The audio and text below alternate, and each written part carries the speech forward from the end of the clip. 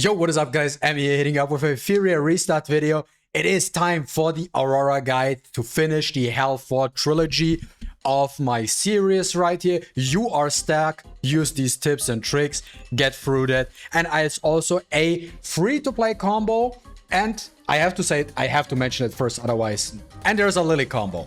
So there we go. Those are two setups which are basically consistent of two different units you can use for that. Quick thing in eigener Sache. We are close, or I am close, I don't know how you want to call it, close on hitting 4,000 subscribers on this channel. So if you did not subscribe yet, do it now. I just slap it. I want to see the 4,000s complete. And in case by the time this video goes live, we already hit 4K on this channel, we want to get to 5K.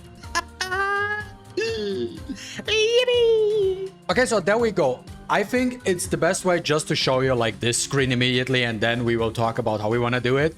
Now, Hell 4 is a little bit different, like Aurora, at least Hell 4, than Teramaton and Doki Doki as well. This is a little bit slower because this is a safe team, and that also doesn't require skill ups. I mean, if you have a Lili, you skill her up anyways, the S1 at least, right? But this is the team you want to use for Hell 4, and that is also a very safe team if you build it correctly as well. Now, what I want to do here is you want to use your Valerian. Valerian should be on whatever set. I think the best would be even a time weave set just to reduce cooldown reductions. But I have the time weave set of my Ling Lao right now. That's why I have here the HP set on her, just to slap as much HP as I can possibly get right now with that set. And then a Codex, because by the time she is using her S3, Codex triggers, and then the S3 can be activated again once she is ready to go for that as well. Unless she's getting triggered out of it, and that's a different story. Then we got Freya as well. Freya just being fast, being tanky. This is what you want to combine. Like, she's not really tanky. She doesn't like, she only has like 9 plus 19k HP. Like, I would like to have at least like 5k more HP. Then with a gigabyte piece to get even more speed out of her and other and to manipulate the turn meter, so she gets more turns, can cast her AoE, and can cast her buffs. Really, this is what you want to have from her. Then you have Didding as well. I didn't change my Didding build at all. It is still Momentum Fury with him, but keep in mind for this fight here, Momentum is not good at all. It is not useful at all.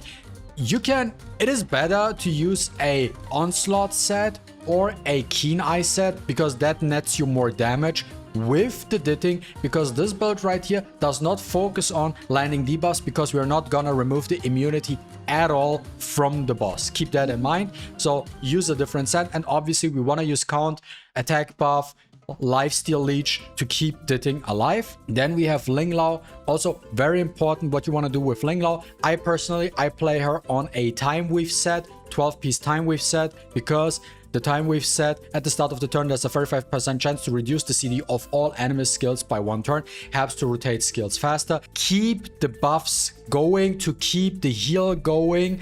And then also you want to combine that with the Supernova, because the Supernova increases the potence of Ling Lao's healing capabilities. You want to have her decently tanky, and you want to have her fast as well. Have her like at least 200 speed, because if she's you need a quick Ling Lao, because she needs to cycle her healing faster. She needs to get turns. She needs to proc the time weave effect, stuff like that, so you keep being alive. And then last but not least, you got Lili. Lili you can just slap on your fastest set, really, just to keep the buffs going, get the speed buff going, get the S3 going, get the turn meter manipulation, so your Ditting gets as many turns as possible. Now I will now let the run go, and I will talk about so you can see how this plays out, and then I will show you a replacement free-to-play friendly team which you can use for this one. Just as a quick info up front, I cannot showcase that specific team setup because I do not have that one unit I will show as a replacement build right now, and I cannot do so. As you know, resources are limited right now, and if you watched my 2x event guide, which I already uploaded, or you didn't see that one, go check that one out, where I told you my plans for the weekend, and I really want to focus on these steps first before I do anything else. Now let me check if the order, oh, obvious. Okay, I have to restart this real quick because the attack order was not correctly set up. This has to be on and we want to focus the boss. Okay, now it's set up correctly that Aurora is focused here, and you just see how this team runs out, as I just mentioned before. The thing with this team is it is really safe because you're making use of a couple different options here as well. Oh, before I forgot to mention the unit.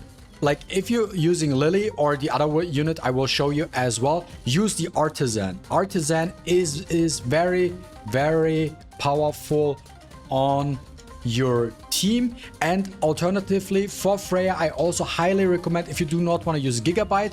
I'm actually not sure if Gigabyte is that good, by the way, for Freya. For Aurora in this specific case, just use a second Artisan as well, because it just provides shield. Because you have the Linglao for the healing, you have the Valerian for the healing, for the protection as well. Then you have the Artisans for the shield, right? And then also to top it up for your DPS unit, you have the Count one, which has the life leech effect. And since Ditting is critting anyways, he's basically getting a full heal every single time, more or less. And this just makes sure that your team is not going to die doing this. You see, we are 60% way through, and you see the HP. I know the team is not the fastest. It is kind of a resident sleeper team as well. It takes you probably, how long does it take? Somewhere between 2.5 and 3 minutes. But you know what? Who cares? As long as we can clear it, we can clear it, and we are good to go, right? That is legitimately currently in this state of the game all that matters. Like in a month or two from now on, you will see me uploading new Aurora 10-second speedrun video. But for right now, it's just, come on guys, let's get through this. And the cool thing about this team is it is free to play friendly. Also with the second team I will show, it is very, very free to play friendly as well. And if you have Lili, it is a bonus. But this team you cannot use just for Health 4. You can use it for Health 3 if Health 4 is too difficult, or Health 2, wherever you are currently in this game, and it works. And you know that once you get this team built up, it works. So, and the cool thing, now in this specific setup, we have Ditting at 6-star, we have Freya at 6-star, and we have Lili at 6-star. Linglao and Valerian are currently at 5-star, and if you get these two units also to 6-star, it would be even safer. I don't want to show a second run because that would just kill the length of this video, but I just want to talk about the second setup, the free-to-play setup right here. So the replacement for Lili in the free-to-play setup is going to be Viper. Now, why is this a free-to-play setup? You say, two SSRs. We have free SR units. Linglao, everybody gets for free. And the only other one, same as my Termaton guide, Freya.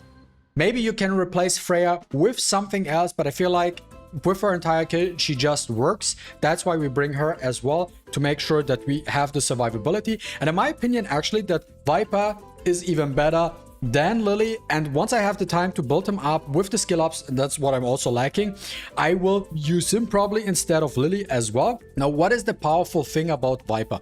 So first and foremost, what you need to know is you want to max out his skill 2 is the highest priority you can get. But let's start off what he's really doing real quick. So his skill 3 hits, blah, blah, blah, no one cares. But there's a 75% chance to dispel one buff and a 50% chance to inflict attack and speed down for 2 turns. You remove the immunity, you land an attack break, and you land a speed down. You slow down Aurora and you land an attack break, so when Aurora hits, she hits like a wet noodle. Now what you need from this specifically here for the skill 2 is you need that level 2. The level 2 just to increase your chances of landing the attack down and the speed down. The rest doesn't really matter too much. Now where the really important part is the passive. You want to max out the passive. So Viper reduces damage taken by all allies from crit hits by 24%. That means if Aurora decides to crit, he will reduce the damage you're taking it, making your team even tankier. Then if Viper is able to take action when an ally is attacked, he has a 9% chance of counter-attacking with Savage Fang, which is a skill 1. Now if you maxed it out, his chance now to retaliate is going up to 60%. Never mind, I'm talking out of my ass. The chance is increased by 12% in that scenario. And then if the enemy crits, if Aurora crits on you, you have a 40% chance, and max out you have a 60% chance to retaliate. So this is the point where this comes in. Now this is the cool thing actually. Now, why Freya is really good in that setup as well is because Freya is weak to fire, right? Or Freya is weak to red, basically, and that gives Aurora a higher chance of critting your Freya. But now with his passive, your Freya receives less damage because 24% damage reduction, and this way you increase your chances of getting that crit from Aurora to trigger Viper's set effect. That's why Freya is a good, I feel like almost like a must-have in this team, just to make use of that effect if you're planning on using Viper. Now, when you have the S1 can silence, and you're stacking the Serpent Skin, and when you max it out and you want to max it out, you are getting 2 Serpent Skin stacks. Basically, TLDR, what it does is once you get to 4 stacks, and he has this counter ability, right? He says he's countering with Savage Fang, right? Which is a skill 1. Once you get to 4 max stack, instead of countering with Savage Fang, he will now start to counter with Scale Slash instead. So every time you have 4 stacks, he will counter with the Scale Slash, basically stripping the immunity buff, landing the attack break, landing the speed down. And that's why I'm saying you don't necessarily need to skill up S3 beyond level 2. You can just, I would just go level 2, max out S2 and S1, see how it performs. If you feel like you need that max out S3, you can go in there as well. But in my opinion, this setup is even safer, and then you can also run the momentum because you land the speed down and the attack break. You can also land then with Freya the vulnerable debuff, so Aurora takes an additional 30% extra damage, so this helps out as well. And this is the setup you can run if you want to, but I'm not using resource right now to build Viper 5-star, and I also only have 4 purple lettuces right now, so I cannot even fully max him out where I want to have him for this one, so I'm refraining from doing it right now. Guys, sorry that I cannot showcase it, but this will work, guaranteed. Not kidding. And for the blessing you want to give, and for the shell you want to give him Artisan as well. Artisan, just stack all the shields you can get, and she will basically hit like a wet noodle, does nothing, and you're good to go. And yeah, this is all the time we have for today, guys. If you enjoyed watching this video, don't forget to leave a like and a comment down below. I really appreciate it, and see you with the next one. Deuces.